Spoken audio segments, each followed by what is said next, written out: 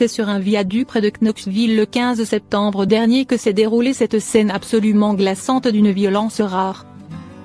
Heureusement, une bonne âme était présente ce jour-là. Tout débute lorsqu'une personne anonyme contacte la fourrière de Knoxville pour expliquer avoir vu quelqu'un en train de jeter un chien depuis un viaduc.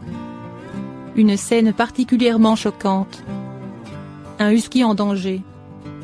La chienne en question, une husky âgée de 7 mois, a été transportée d'urgence au Williams Animal Santé, où elle a été soignée pour ses nombreuses blessures.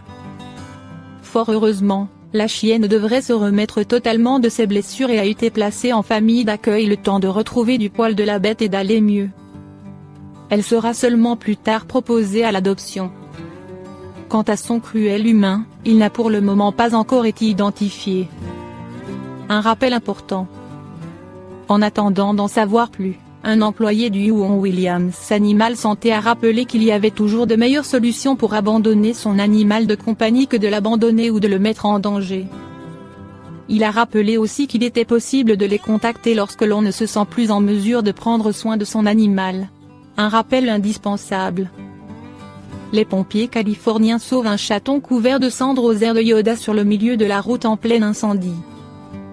Un chaton a été découvert par les pompiers alors qu'il se trouvait sur leur route. Ces derniers continuent de combattre les flammes dévorant une partie de la Californie. Quant au jeune félin, il a été confié aux soins d'un refuge local.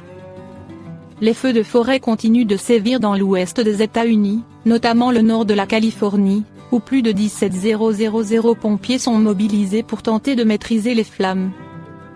Les vents et la sécheresse n'aident pas ces derniers.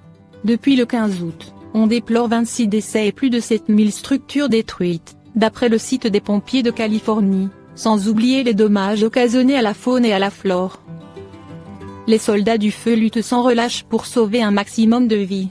Récemment, c'est un chaton qui a bénéficié de leur héroïsme, comme le rapporte People. Il y a plus d'une semaine, une unité de pompiers californiens qui se rendaient sur les lieux d'une intervention ont découvert une minuscule chatte en plein milieu de la route. Le petit félin, âgé de 2 à 3 semaines, avait le poil recouvert de cendres. Ils l'ont immédiatement récupéré, puis l'ont emmené au refuge de Calac, situé à Murrieta, d'après une publication Facebook de l'organisation North Valley Animal Disaster Group. En raison de ses oreilles rabattues sur les côtés, les pompiers et les bénévoles du refuge ont surnommé la chatte Yoda, en référence au maître Jedi dans la saga Star Wars. Après sa prise en charge, elle a subi un examen complet, puis a eu droit à un bain et à une bonne sieste. Elle a été confiée à une famille d'accueil qui en prend soin, jusqu'à ce qu'elle atteigne l'âge d'être adoptée. SOS Animaux sur Sister, une opération très risquée sur un chien victime d'une torsion de l'estomac. Ils sont vétérinaires à la campagne, en clinique ultra-moderne, dans un zoo, ou sont pompiers vétérinaires.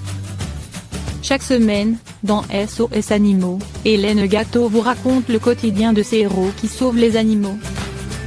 Après 2 semaines de diffusion placée sous le signe du succès, l'émission SOS Animaux est de retour ce 29 septembre pour un nouvel épisode riche en belles rencontres et en émotions. Un chien victime de torsion de l'estomac, une brigade du bien-être animal et bien d'autres sujets. Au centre hospitalier vétérinaire de Meaux, Lucie, assistante en chirurgie, va devoir opérer un chien victime d'une torsion de l'estomac.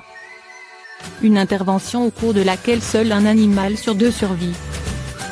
Véronique, sapeur-pompier mais aussi vétérinaire, sera appelée à la rescousse d'un cheval qui, après une chute, ne parvient pas à se remettre sur ses 4 pattes.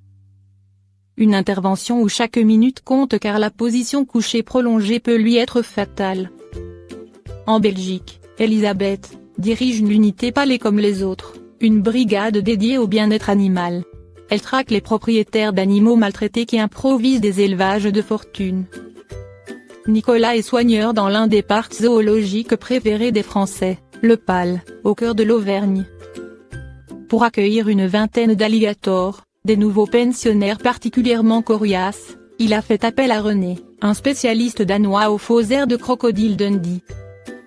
N'hésitez pas à commenter l'émission sur notre forum et rendez-vous la semaine prochaine pour un autre numéro de SOS Animaux sur Sister.